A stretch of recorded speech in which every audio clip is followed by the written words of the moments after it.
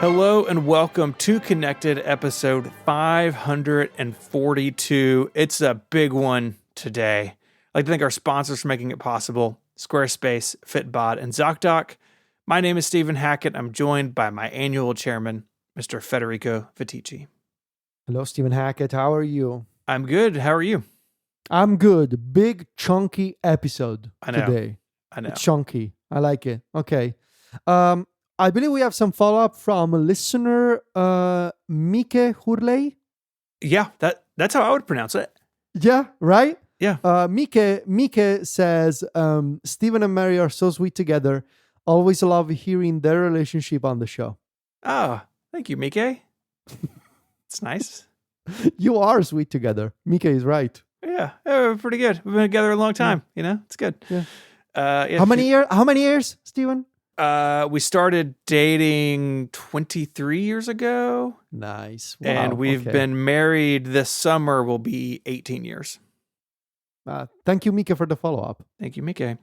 A little follow-out. I wanted to point people to the most recent episode of App Stories. App Stories is always good. I never skip an episode. But this one was absolutely fantastic, called The Missing Middle. Give me the pitch for this episode, because I think it's super smart. Yeah, so John has been thinking about this for quite some time, actually. It was basically this idea of what happened to the prosumer market. Like, what happened to these apps built not for individuals, but not for corporations or large businesses either? Like, what happened there? And why is it that it seems like these days apps are either made for individual users or you must be part of a team? So that was the pitch, and sort of we try to analyze like what's going on here, what role do subscriptions play here, how are companies now charging for these AI-based extras, like all of these things.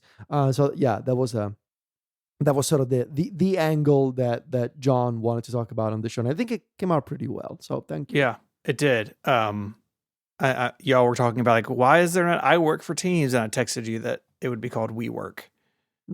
And then no one replied. That was very good. I quietly accepted that joke. Yes. Yeah. I got left on red, as the kids say, you know? Yes. Yeah. Oh man. Hey, there's merch. We have merch. People are buying the merch, which is good to see. And we also have some follow-up, some listener feedback about the merch. We do. Tom from Finland wrote in. Okay. It's cool. Love the merch pitch in the latest episode. Federico made a compelling case that we should buy multiple shirts to keep Mike alive and able to consume. Wow, he really got into some... Wow, Tom really went for it. Okay. Yeah, I'm not even going to read that part, but he makes fun of what British people eat, which is not great. However, you did not actually tell your listeners where we can buy said merch. Sure, there was a link in the show notes, but you don't really expect anybody to read the show notes, do you? Wow, this is good feedback. Tom, I spend a lot of time on the show notes. I wish you would read them, but I did buy a domain, connectedmerch.co.uk. Go there. It will forward to our Content Bureau store where we have 6 shirts available for pre-order. Technology should be colorful. Gumdrops, Take a Test Flight, Return to the Tiny Heads Special Edition, and Organic Mega Pickles, which is currently the best seller. Obviously, there are multiple international variations of this domain, right? I just bought the one. Oh, you just bought? Didn't we have connectedmerch.com before? I think let's say the .com. That one doesn't seem to do anything. Maybe we let that one go. Oh, no, it did. It did redirect. It took a second. Yes. Okay, yeah, because I remember we had, so now we have multiple versions of this domain. Cool, great.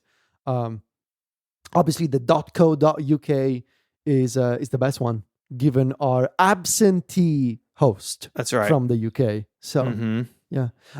Steven, how long do people have to buy this merch before it's gone forever? And I do think it's forever because the absentee host won't let us do this again. No, he won't. March 14th So just the end of next week. So get on it. 9 days. 9 days. Think of all the things you could possibly do in 9 days. Make a plan. One of those days has to be you sitting down, entering your credit card information, and buying some of the merch to make sure that Mike can still buy some food from. Have we established the name of the supermarket chain in the UK? Ooh. I said Tesco. Yeah. I guess it's not Tesco. I don't know. But I'm thinking Tesco. Are we sure it's not Tesco? Look, it is a supermarket. Oh, there we go. Sainsbury's, Asada. Kate is putting a lot of them Tesco. I knew it. You told me it was a gas station. I thought it was a gas station.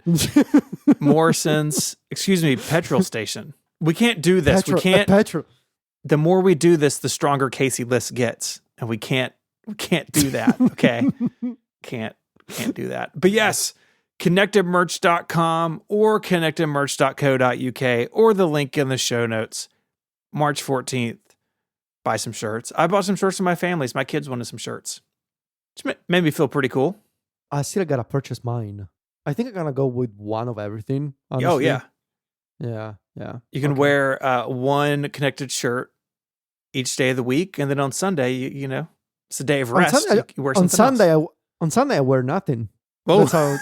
That's what God intended, you know. Hey, you want to come over for dinner Sunday? No, you don't. No. Well, I mean, unless. No. Don't. Can't go there. Yeah. Okay. Organic mega pickles. Yes. It's really good, right? Yeah. It's very good. This episode of Connected is brought to you by Fitbod. When you want to change your fitness level, it can be hard to know where to start. That's why I'm pleased to let you know that Fitbod is an easy and affordable way to build a fitness plan that's just for you. Everyone's fitness path is different, and that's where Fitbod comes in because it learns about you and your workouts, and so this real data goes into the app, and it is then customized to suit you exactly. It adapts as you improve, so each workout will be challenging, pushing you to make the progress you want. Superior results are achieved when a workout program is tailored to your unique body, experience, environment, and goals, which are all stored in your Fitbod gym profile. Fitbod tracks your muscle recovery so you can avoid burnout and keep up momentum, and it builds your best possible workout by combining AI with exercise science. They've analyzed billions of data points that have been fine-tuned by certified personal trainers. And you can be sure you're learning new movements the right way thanks to more than 1,000 demonstration videos. Muscles improve when working in concert, so overworking some while underworking other muscles can negatively impact your results. So again, Fitbod is tracking all of this, tracking muscle fatigue and recovery to design a well-balanced workout routine, which also means you're never going to get bored as the app mixes up your workouts over time with new exercises, rep schemes, supersets, and circuits. And the app is easy to use. It integrates with your Apple Watch or Wear OS smartwatch and apps like Strava, Fitbit, and Apple Health. And they have these really cool tracking charts and weekly reports and even sharing cards, so you can keep up with your achievements and share them with your friends or family. I really love Fitbod. I love that it adapts with me over time. And I love those videos so I can make sure that I'm doing things correctly. Personalized training of this quality can be expensive, but Fitbod is just $12.99 a month or $79.99 a year. But you can get 25% off your membership by signing up at fitbod.me/connected. That's Fitbod, Fitbod. Fitbod.me/connected for 25% off your membership. Our thanks to Fitbod for their support of the show. Steven, we have new iPads. Right. Two. One press release, but two iPads. Actually, three of them when you consider how the one of them has two sizes. So we have the new. Hang on. Does that count as two iPads? Well, different model, I guess. In the physical sense, it does. Yeah. But yeah, it's two new iPads. It's the new base model iPad and the new iPad Air, which we'll get to the specs. We'll talk about this just as a quick parenthesis. I saw somebody on Mastodon post a picture of a quote unquote fixed iPad lineup from a branding perspective, Mhm. and they did something that I think is very fascinating. They renamed the iPad Air to just iPad, and the iPad to iPad SE, and I Mm. cannot stop thinking about how much better that lineup looks from a pure marketing perspective. Hmm. Something worth thinking about. It's like the laptops, which we're going to get to in the next segment, because there's also Yeah. new Macs, but Air is kind of the default, which like doesn't make Yeah. any sense. Like Apple stumbled into the Air branding being beloved, and now they're stuck with it forever. You know what I mean? Yeah. Like they tried to kill the MacBook True. Air and they couldn't. True. Yeah. So, iPad Air, we have the M3 chip, Yeah. which is a. So, first of all, this iPad Air is coming how many? 220 something days after the latest iPad Air with the Mhm. M2. So, that iPad Air with the M2, I mean, you're the historian, Steven, has to be amongst the most short lived products in Apple history, right? It is the second longest or second shortest lived second shortest lived iPad after the ill-fated iPad 3. Remember that first Retina one that was not super great? I had that. I did iPad. too. It got really hot. Yeah, as it did. I was rereading my review of it and I was like, oh, this doesn't hold up at all.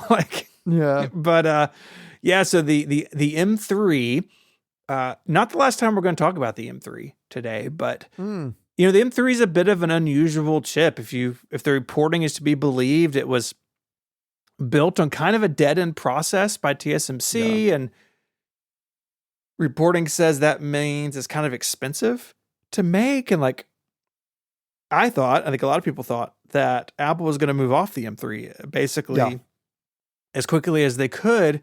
And in the last 24 hours, they've put in a bunch of stuff. So it is updated with the M3. That does give the iPad Pro, the only iPad with the M4, although there's lots of other features, obviously, that separate the iPad Pro from the Air. I think mostly the screen.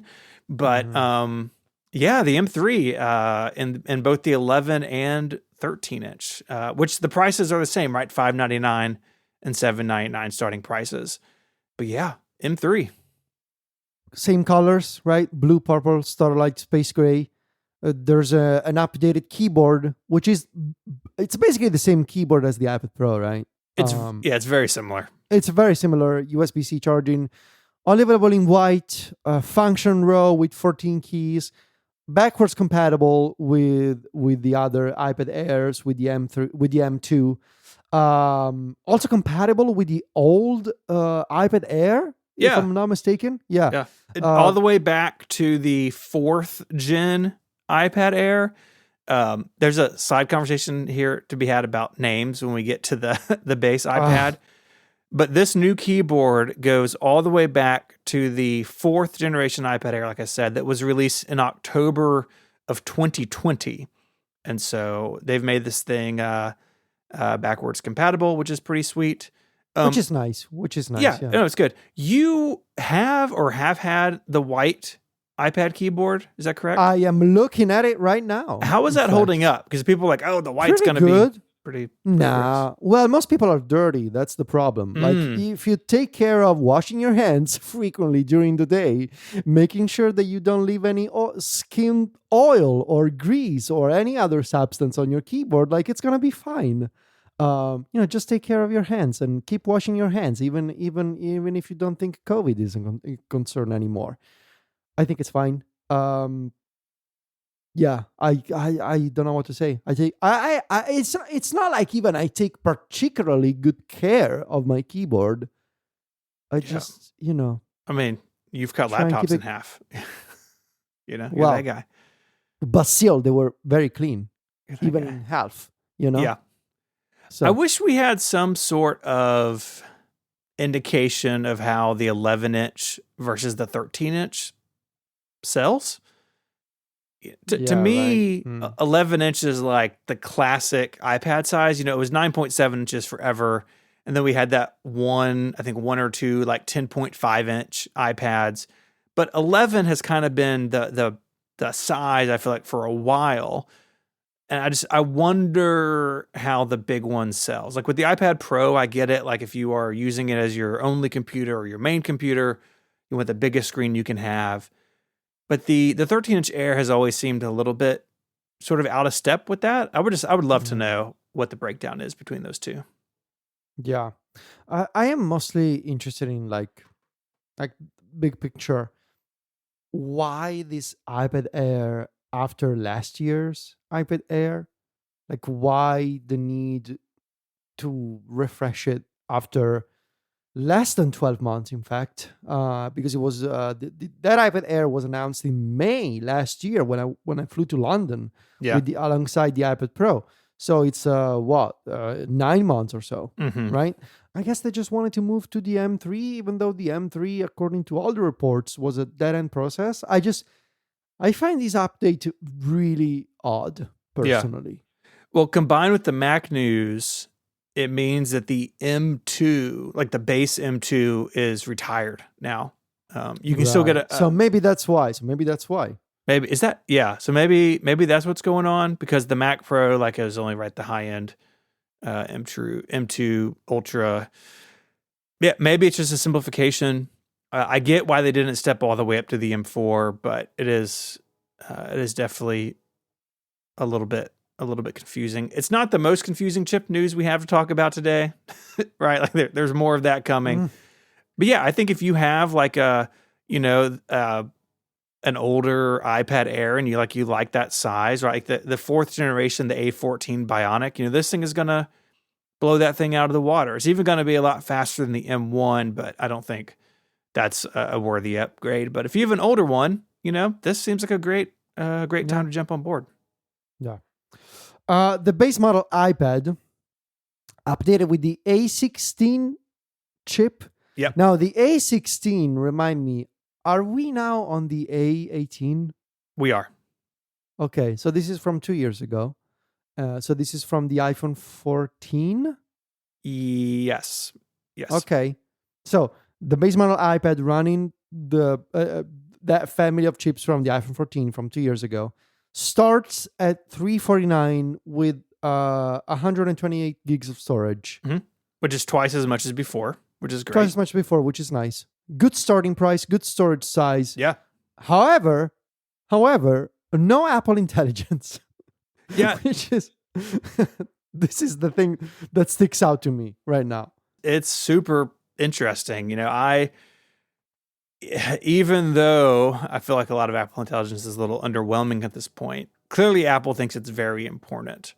But as I wrote in my piece and a bunch of other people wrote yesterday, these things are bought to be put in the hands of kids at school, even at home, right? It's like the kid's iPad. It's the iPad you get for someone who just wants a basic tablet. And it fulfills that need really well. And so maybe those users, Apple feels like, don't benefit from Apple Intelligence yet. And maybe that the A17 Pro, right, which is in the iPad Mini, remember when it got updated last year, like the A17 Pro is hanging around, and that's the bottom of the Apple Intelligence ladder for A series chips. I really figured they'd go to an A17 Pro, but I also think $349 is a really important price for this iPad. I think it's the most important feature of this iPad is the price. And if I had to choose between doubling the storage from 64 to 128 or having Apple Intelligence or not, I would have doubled the storage. And so while it's a little bit weird with sort of the rest of Apple's current marketing push, I think it actually kind of makes sense. And I'm not as turned off by it as maybe my gut reaction was yesterday. I think, and I continue to think, that for what you get from iPadOS, the iPad lineup continues to make way more sense at the low end rather than the high end. And that's the unfortunate reality. Especially when you look like you have your iPad mini, the iPad, and the small iPad Air. I think it all kind of makes sense there from a product narrative, from a pricing standpoint. things get murkier. I'm looking now. I'm on Apple.com now and looking at the whole iPad lineup. I think as soon as you hit the 13-inch iPad Air and you move into the 11-inch iPad Pro and then the 13-inch iPad Pro, that's where you basically enter MacBook Air level territory in terms of, especially with the Pros, obviously. Yeah, it gets really expensive pretty quickly. It gets really expensive pretty quickly to the point where, like, this is an old conversation. We've been having this conversation for 10 years. I really don't know what to say except that, it doesn't feel like iPadOS 19 this year gonna be is gonna have anything meaningful. This is the year, Federico. You got to believe. Yeah, no, I don't think, I love the iPad, but also at the same time, I don't think I'm stupid. There's gonna be a moment, I think, in my future where after enough years of no updates, right, and no changes to what you can do with an iPad, there's gonna be a moment where I'll be, well, either you or Mike or John will sit me down and be like, okay, Tichi, look, it's fine that you like the iPad, but you really got to come back to the Mac. If things don't change, it kind of feels like if we go to iPadOS 19 with no more changes to what you can do with multitasking, to what kinds of apps you can use, to what kinds of computery things you can do on iPadOS, like, it sort of becomes a liability almost. And I mean, I love this thing so much, but there's only so much I think you can push me, No, I totally get it. I mean, it is a story as old as time. It's like the hardware just runs circles around the software. And yeah, I mean, look, the M4 iPad Pro is this amazing feat of engineering. But if you just need a tablet, right? And like you don't care about the extra stuff the hardware gets you, like go spend $349 or even less at Costco or Amazon or something. And like you're going to have a really good experience on the base iPad. Yeah, and if you just want a little more and the ability to add that magic keyboard, I do think if only the page will load, like the new iPad Air, right? So if you get the 11-inch iPad Air and it starts at $549, $599, I think. $549 for the 11-inch. Oh, I see $599 in the US. I'm in the US store. Huh. No, it's $599, dude. For the iPad Air? What? Oh, education savings. Oh. Why am I on education? Why am I on the education? Because you're a student of life, Federico. You always have been. I am a student and a scholar, they would say. You always have been. Especially on Sundays. Especially. $599 for an 11-inch iPad Air.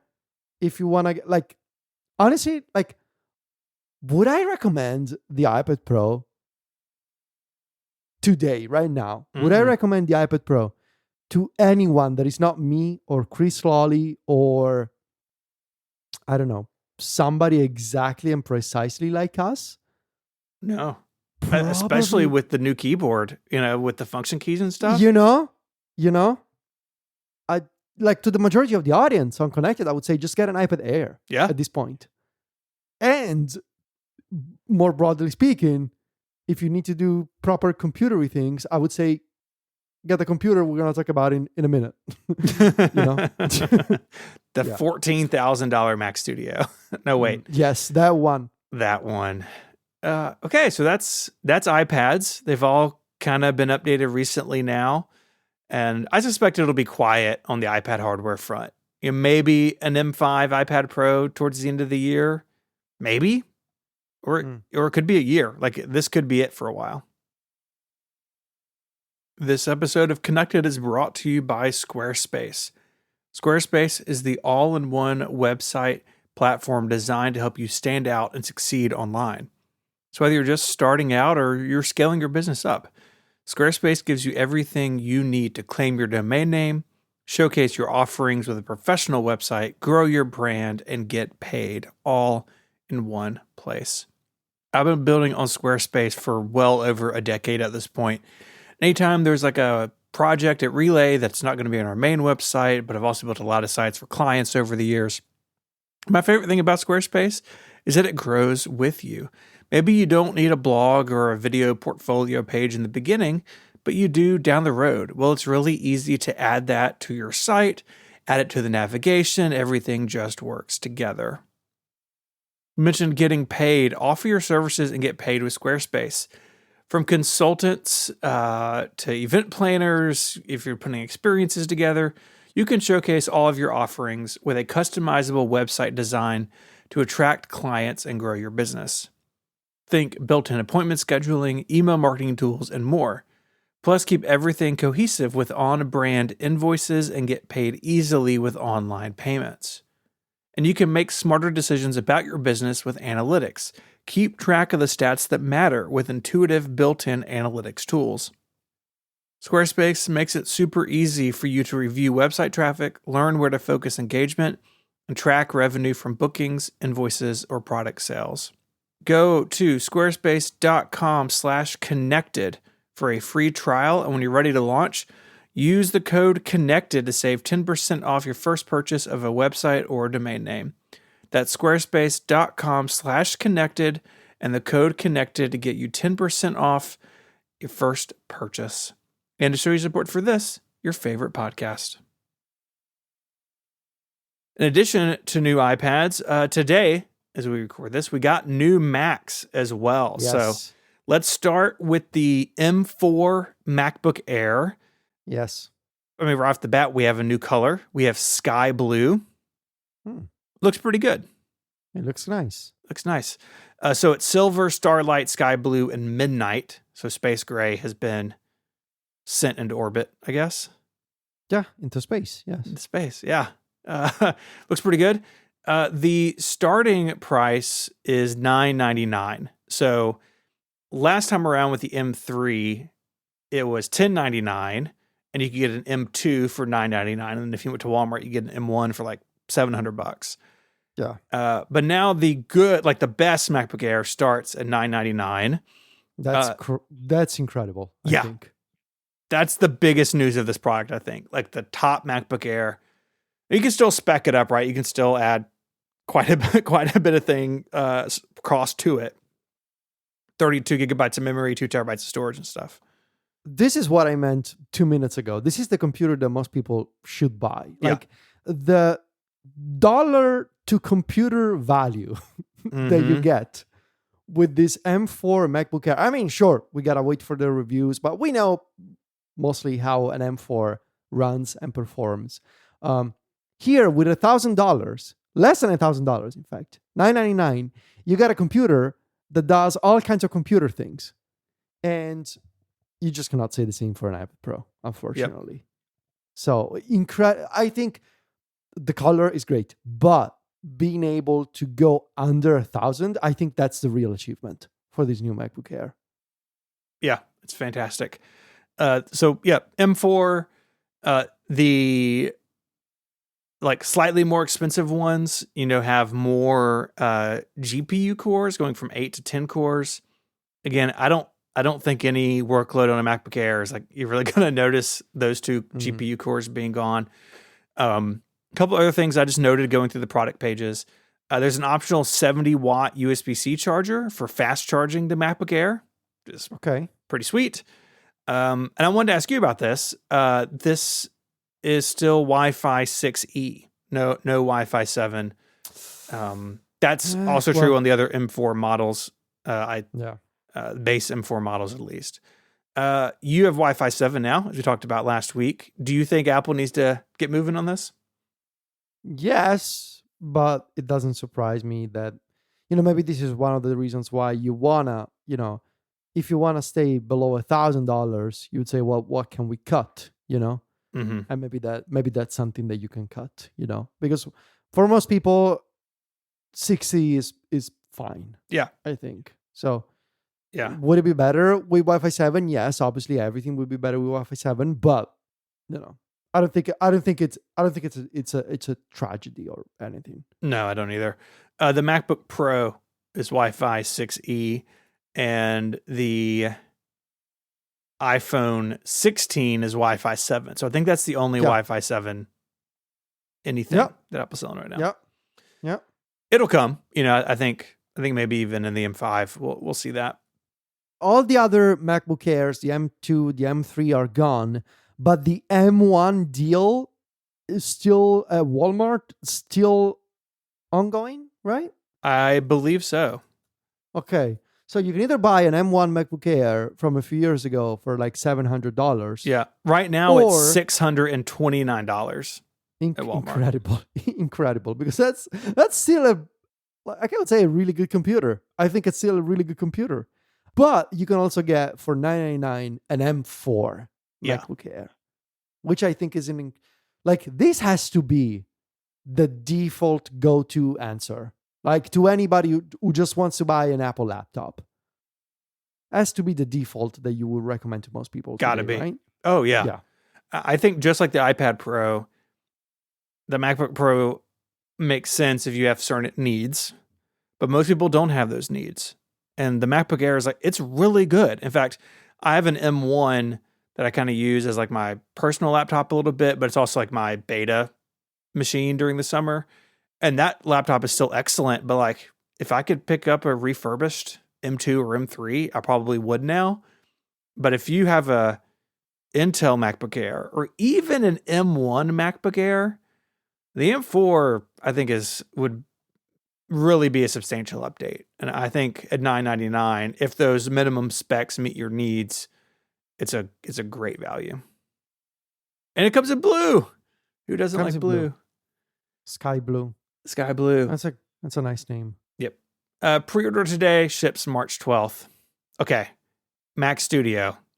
Okay. All right. So what's going on here? So the Mac Studio got updated 2 years ago or a year and a half ago to the M2 Max and M2 Ultra. And of course, the Mac Pro has the M2 Ultra as well. Well, the Mac Studio got updated today to the M4 Max and the M3 Ultra, which is wild because we have not seen the M3 Ultra to date, right? It's the first time we've seen it. There's a whole press release saying oh, look at this chip. It's all new and talking about what it can do. And it does seem amazing. We're going to talk about that in a second.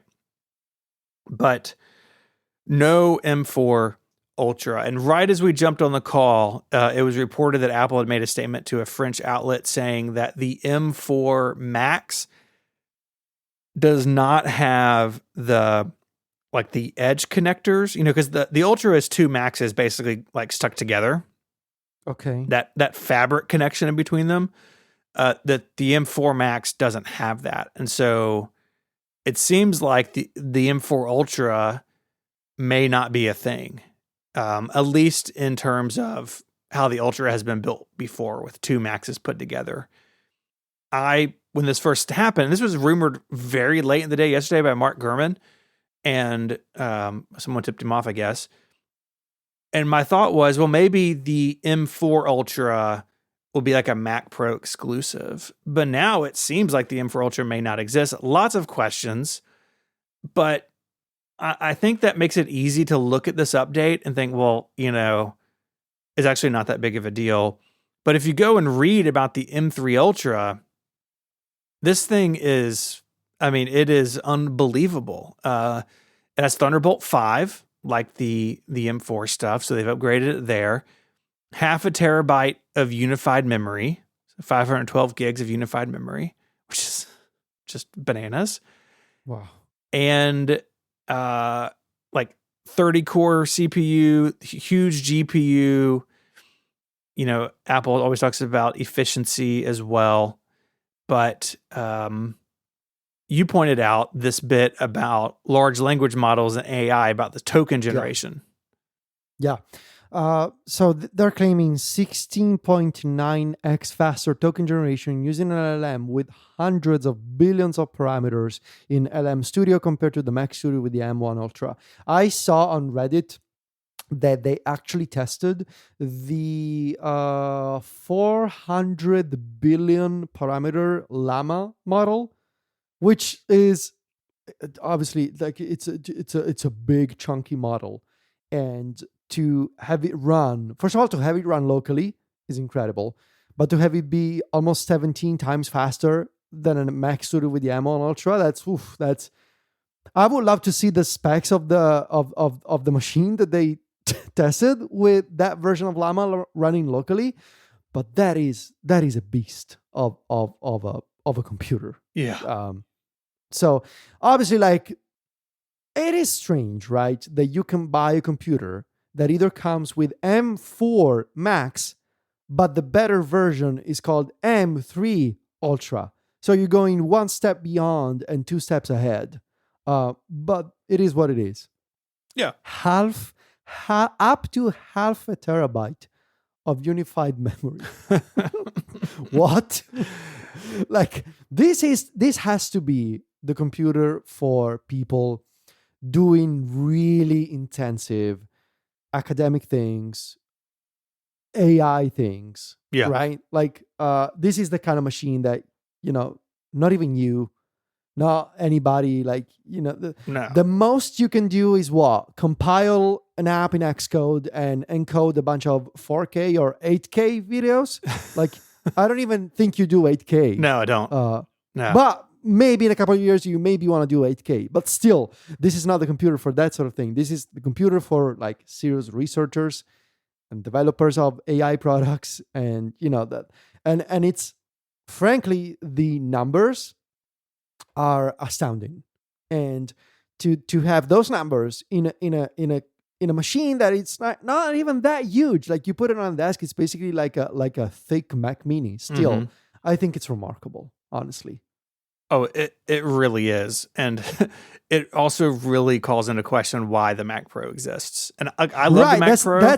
I love it. So this is where I wanted to go next. Like, in a world where you can have an M3 Ultra Mac Studio with half a terabyte of unified memory, 16 terabytes of SSD storage, you can run the 400 billion parameter Llama model locally. Like, and that's all in a small, thick Mac Mini. What's a Mac Pro today? Like, I'm not putting anybody on blast. I'm just asking loudly. What is a Mac Pro? No, I agree. I mean, even that last Intel Mac Pro that I had, the 2019, it was the most powerful Mac and the most capable and flexible that you could have. Well, now it's not the most powerful. Until today, it was tied with the Mac Studio. Now the Mac Studio, I think, quite frankly, is going to really surpass it in terms of capability. And it's not expandable because of the decisions made with Apple Silicon, right? I'm not putting GPUs in it. You can put storage in it. You can put network stuff in it. Like, there are still some uses for those slots, but not the way that it was in the Intel days. And I just don't know. I think it's really conspicuously absent from today's updates. Where is the M3 Ultra Mac Pro? They just didn't do it. And I don't know, man. I just don't know.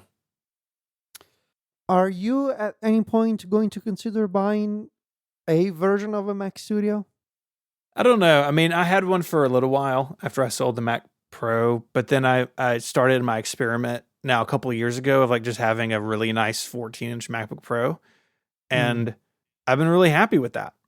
Like, I just upgraded at the end of the year to the M4 Max, and I really like laptop plus display. And I don't need the power of definitely don't need the M3 Ultra, right? It's like, maybe, I mean, an M4 Max Studio would be basically the same computer I have now, just less flexible in form factor. Like, I like that I can take my whole computer with me instead of a subset of my computer with me when I had desktop and then laptop. So really, I think I'm basically out of the Mac desktop game for the foreseeable future. Like, I just bought a new 14-inch MacBook Pro at the end of the year.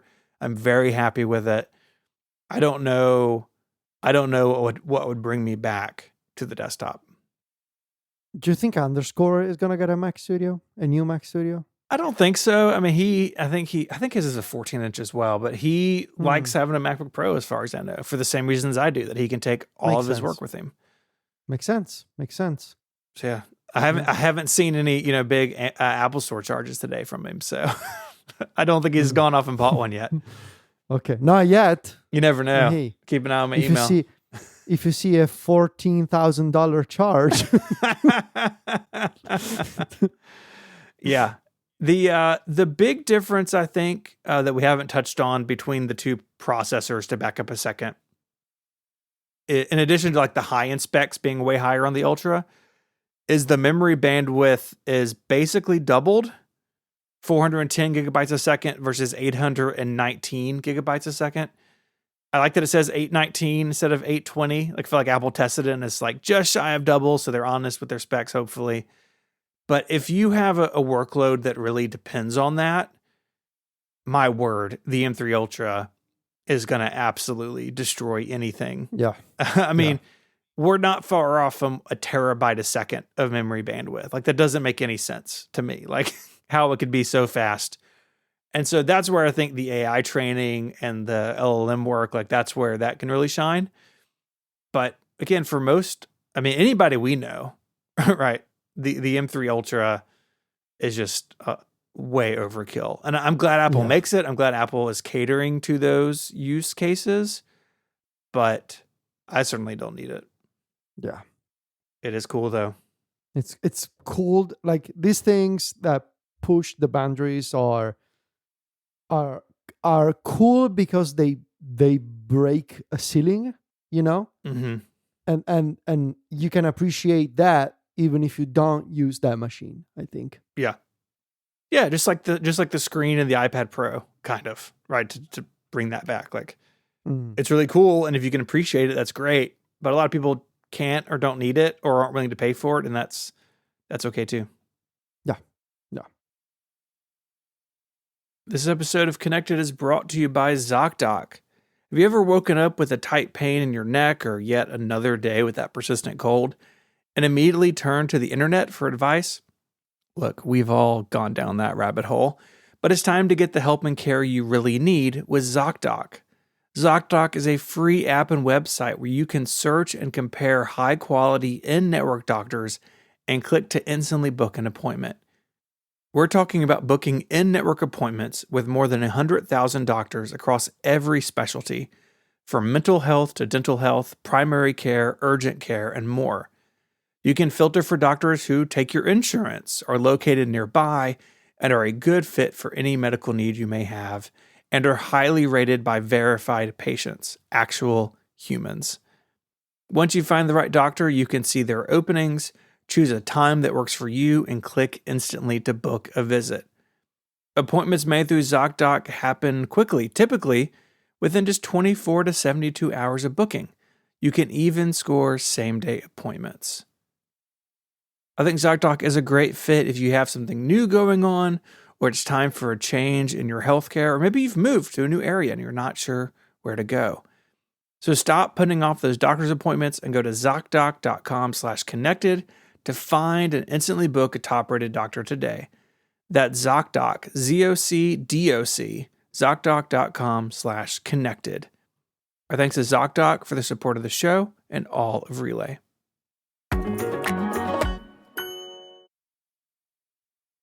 Mike was sad that he is missing the Jeremies. It's here.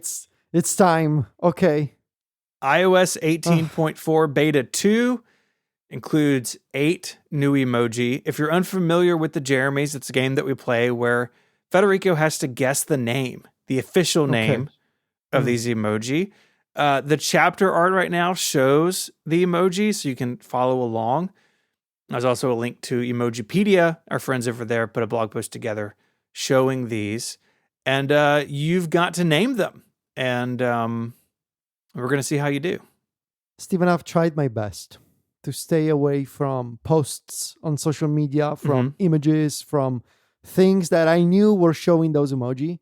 I've tried my best. I know that I don't have a lot to guess this time around. Only 8. 8. Okay. I'm finally looking at the image now. Yeah, I just shared it with you. Ah, okay. Oh. So we're gonna All right. start in the upper left. Upper left. This face. Okay. Are you before we begin? Are you going to be more forgiving than Michael? We'll see. Hmm. You know. Because you and I, we have our thing Yeah. going for the next few weeks. You can give me a point. We'll see. Out of the kindness of your heart. Mm-hmm. Yeah. All those Sundays together. Okay. Okay. So first one. All right. So I'm looking. So this is we know from emoji history that these are called face with something. I've been burned by this face emoji before. So this is not an answer. I'm just thinking out loud. So my gut reaction would be this is a tired face. However, I know that Apple prefers to call this emoji face something something. So I could either go. So the thing is, I gotta think about how to call the things around the eyes when you're tired. I know how to call them in Italian. That would be occhiaie. You have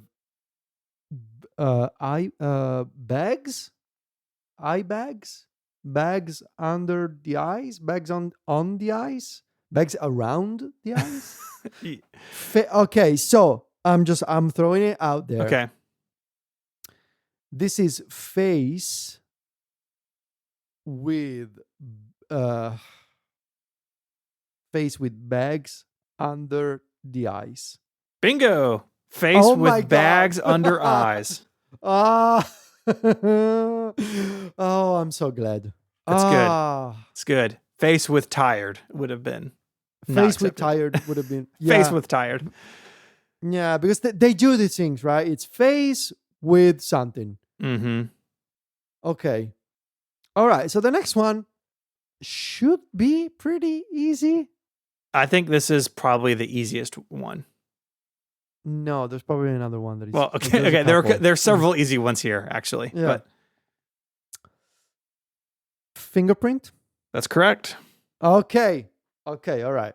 So this is the Touch ID emoji. Yeah. Out of all of these, that's the one I was most surprised with. We didn't have an emoji for.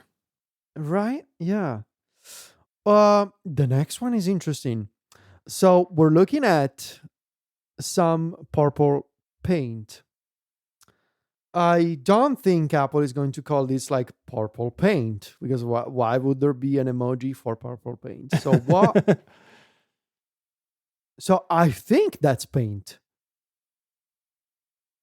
I honestly have no idea.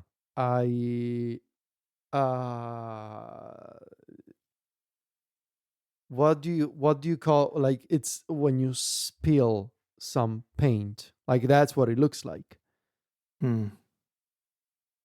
Kate, did you also have Art Attack when you were little? I thought it was like an Italian thing.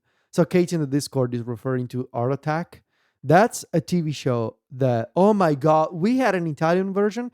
The guy who used to do Art Attack on Channel 2 in Italy is now, like, obviously Art Attack was like stopped many, many years ago. The guy that used to do Art Attack is now still beloved and still well known for doing Art Attack. And he now does like this like crafty projects on Instagram. He's such a lovable dude. I had no idea. Giovanni, that's who this is. Giovanni Muchacha. That would be the name. It's a funny name, even in Italian. I had no idea that Art Attack was like an international thing. I thought it was like an Italian local thing. That's awesome. Anyway, this is some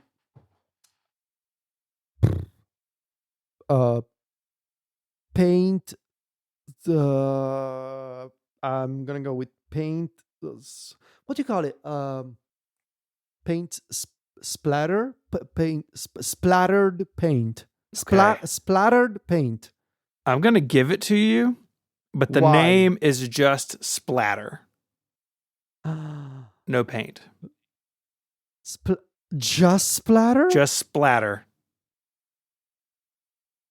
That doesn't make any. Thank you. I'm glad that I worked my way around it, but Yeah.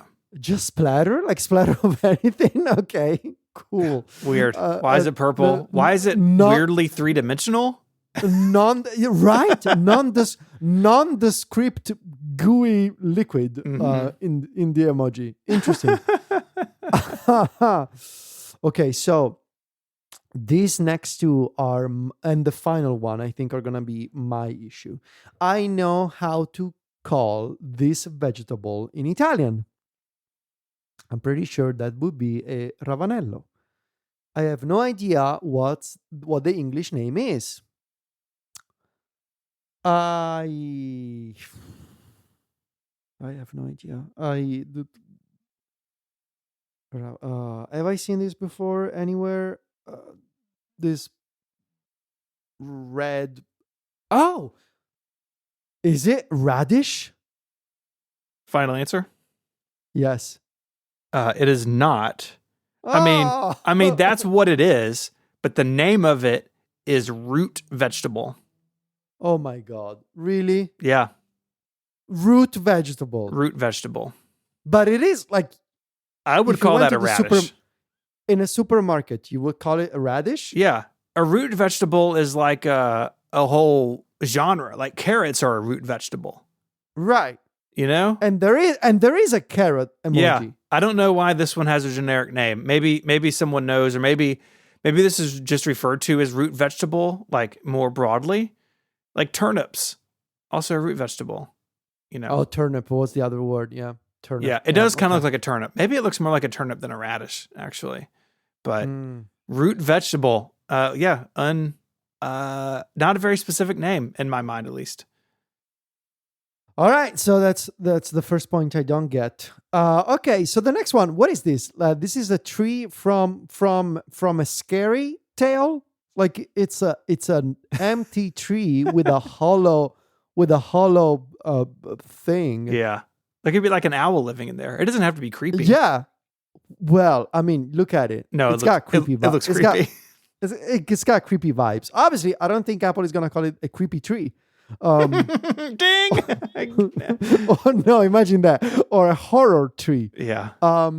So the question will be, what do you call an empty tree? Do you just call it, like, is it even the right adjective to say it's an empty tree? I'm sure there is an English way to say it that I don't know, because I know how to say it in Italian. A tree without leaves. Branches? No, because you can see the trunk. We do have the tree emoji already. Mm-hmm. So there has to be a qualifier to make this tree different. And I keep thinking about that hole in the middle section. I'm gonna get this wrong. I'm gonna go with it's also like, it's a very sad tree. I'm gonna go with empty tree. You're on the right path, but you're not quite Yeah. there. It is a Okay. leafless tree. Leafless. Oh my god. Oh, come Leafless on. tree. Leafless tree. See, I would have Okay. guessed if I was you, I would have guessed hollow tree because like the hole in it, but Yeah, I was leafless. gonna say leafless. Leafless. Oh, that's actually very sad. It's a very sad name. It is. A leafless tree. It's Look- also hard to say, leafless tree. That and face with tired. I'm just saying like big 2025 vibes in this emoji set today. Yeah. Oh, the first one is king, absolute king. I'm gonna use that one a That lot. emoji. Yeah. Okay, so the next one should be easy. Yeah, This is a musical instrument. It's a harp. it's correct. Ah, okay. And the next one also, unless Apple has done something weird, I wouldn't have any other idea what to say. It's a shovel. Apple calls it a digging tool. No, I'm just kidding. Oh, Shovel it my is. God. Okay. Shovel it is. And now here's my big problem for this game. Let me get closer to the monitor. Yeah. So zoom in. Computer I'm looking enhance. I'm looking at a flag that almost looks like the. Oh my God! I'm gonna like. There has to be a flag similar to this that belongs to Great Britain, right? Like white with a red cross. It feels in that vein. You know, It I will feels- say no comment here is a political comment about the world, right? We're just talking about It an emoji. It does look Britishy. Like it. It's got that. It's Now- got that feeling. It's got that Britishy feeling. Now, the issue is that in the upper left quadrant of the flag, that portion is filled with a red color and two shapes that I'm getting closer to the monitor. I'm trying to understand what I'm looking at. Enhance. Is this Computer enhance. This looks like a dragon monkey to me. It looks like, so it's got 4 feet. It's an animal. I think it's an animal because initially I thought I'm looking at like some Asian alphabet, but no, these are 2 figures, 2 creatures. And I think that like my first reaction would be like it's some kind of dragon monkey because it's like long, but it's got the cute paws and a little head and a very long tail, it seems. However, I'm pretty sure that a dragon monkey does not exist. Confirmed. So, what country would have? Is this a reptile instead of some kind of monkey or some kind of squirrel? And why 2 of them? Also, I am ignorant when it comes to geography, so I don't mean to offend anybody. If like I don't know the country this belongs to, I don't know why. On one hand, I get like strong Britishy vibes, but on the other, this, I don't know if it's the color or the type of animal, it does look Asian to my brain. I'm just gonna throw it out there because Okay. I have a friend who went to this country to play football. Americans would say soccer. To play football for a team in Bhutan.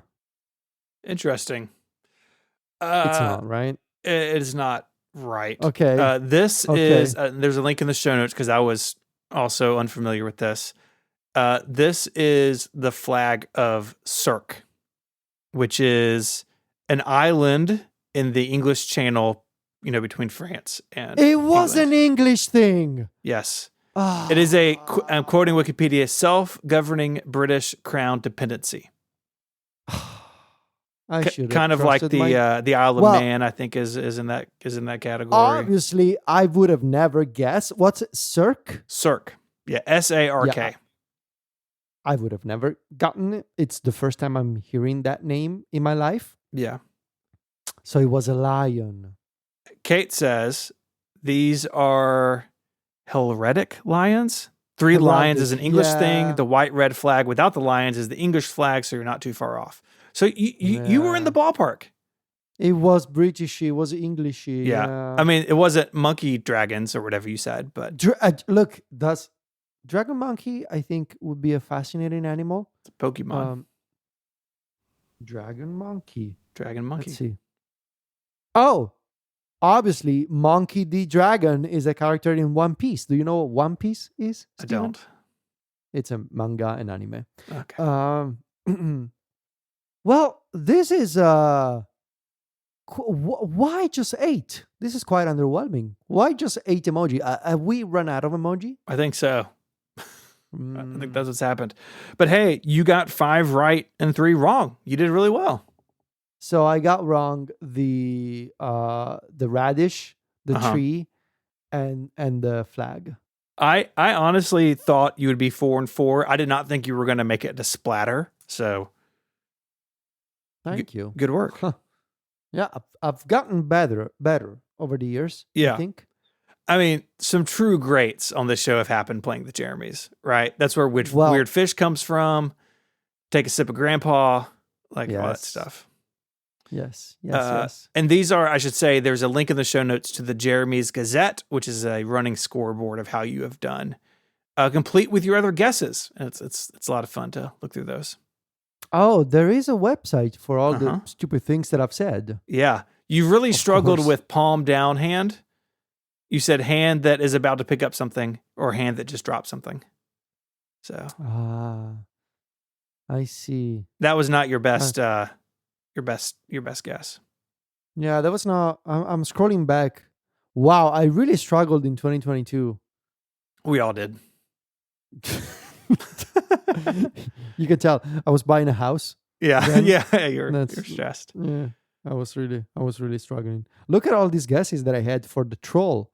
I said, person who sends you an email saying stay in your lane. Wow. Look, okay. Wow, pass me. Good job. Mm. All right. Well, hopefully next year there'll be more emoji. Yeah. I was used to like 50, used to be like 30 or 40 back in the day, you know? The segment used to take a long time. There were only 6 last year, though. There was shaking head horizontally and vertically, Phoenix, which you said flaming bird. He did not give you a point for Phoenix bird for Phoenix. Yeah. That's what I said, that Mike used to be like really strict about it. Yeah. But now, maybe now he's a father and, you know, he's gotten softer. Yeah. Maybe. Potentially. Potentially. That's the hope. Yep. And then lime, brown mushroom, and broken chain rounded out last year. When I guessed people hugging, my first comment was 2 people getting it on. The biting lip you called the nib nib.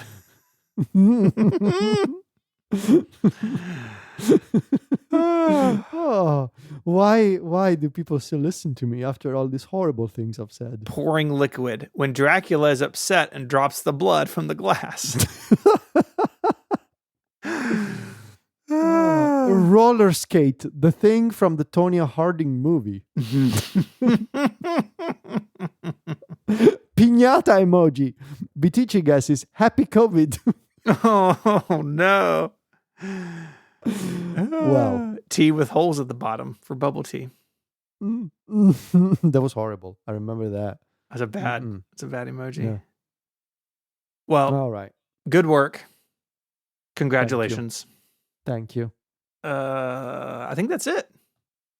I think we did it. We lots did of it. computers, lots of computers that you can buy this week. You know, especially the $14,000 one. So yeah. Go nuts, yeah. If you buy a $14,000 Mac Studio, send us some feedback and tell us why. No. If you buy that, you can come on the show as a guest. It means for sure that you are an interesting person to interview. So that's probably true. It may be a more Mac Power users thing. You know, maybe I'll siphon them off to MPU. Yeah. Okay. I don't mind. We'll see.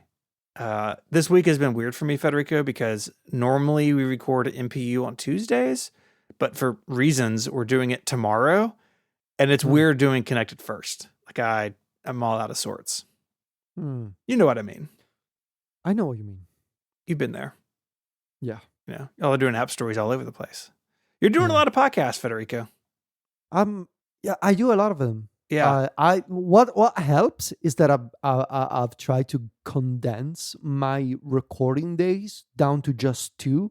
So most of it basically happens between Wednesday and Thursday. So yeah, that's key. You know, yeah. Well, I think that does it for this week. If you want to find show notes with a bunch of links to things we spoke about, go to relay.fm/connected/542. Those links are also, of course, in your podcast player. There's one that says merch like 27 times in all capital letters. That's where you can get some cool t-shirts. So go there. You forget. Yeah. Mm-hmm. Yeah. You have till March 14th, right? What's the domain, Steven, so that we don't get the comments? Connectedmerch.co.uk or straight .com. From the island of Sark, you know? That's right. Yeah. That's where the domain register is. I don't know if that's true. Well, it now is in the canon of the show. So yeah, go get a shirt. If you want to find us online, you can find Federico at macstories.net, where he is the editor-in-chief. Hey, tell people what you're doing with NPC. Yeah, we launched a paid version of NPC called NPC XL, which is a basically an extra version of NPC. It's on Patreon for $5 a month. That gets you access to an additional, like an addendum of NPC, where we go in depth on any particular topic on a weekly basis. And that's because the regular free for everybody NPC is also going weekly. So you get you get everything basically now. NPC every Tuesday for free for everybody, as it used to be, but now more. And NPC XL, which is even more topics, even more in depth. We did a first one on the history of the PSP hardware, sort of the impact on the industry, and our memories with the PSP was really good. And we get to do another one tomorrow, in fact, for next week's Tuesday. And yeah, it's fun to branch out. We decided to use Patreon instead of Memberful, primarily because of like a lot of gaming podcasts are on Patreon. There's an established audience. You know, you got to reach people where they are, so to speak. And so it just made more sense to use the platform that a whole bunch of people are already using to get podcasts about video games and gaming in general. And it's fun to try out something new, you know? So yeah, that's what we're doing. And thank you for bringing that up on the show. You bet. There'll be a link in the show notes. People can go learn more. You can find my writing at 512pixels.net, and I co-host Mac Power Users here on Relay. Comes out each and every Sunday. I'd like to thank our sponsors this week, Squarespace, Fitbod, and ZocDoc. And if you'd like to hear an episode of the show without the ads and with extra content, go to getconnectedpro.co, and you can get Connected Pro, again, longer ad-free versions of the show that we do each and every week. It's just $7 a month. You also get access to our Discord, some members-only podcasts at Relay, and a bunch of other cool stuff. All right, Federico, until next week, say goodbye. Arrivederci. Bye, y'all.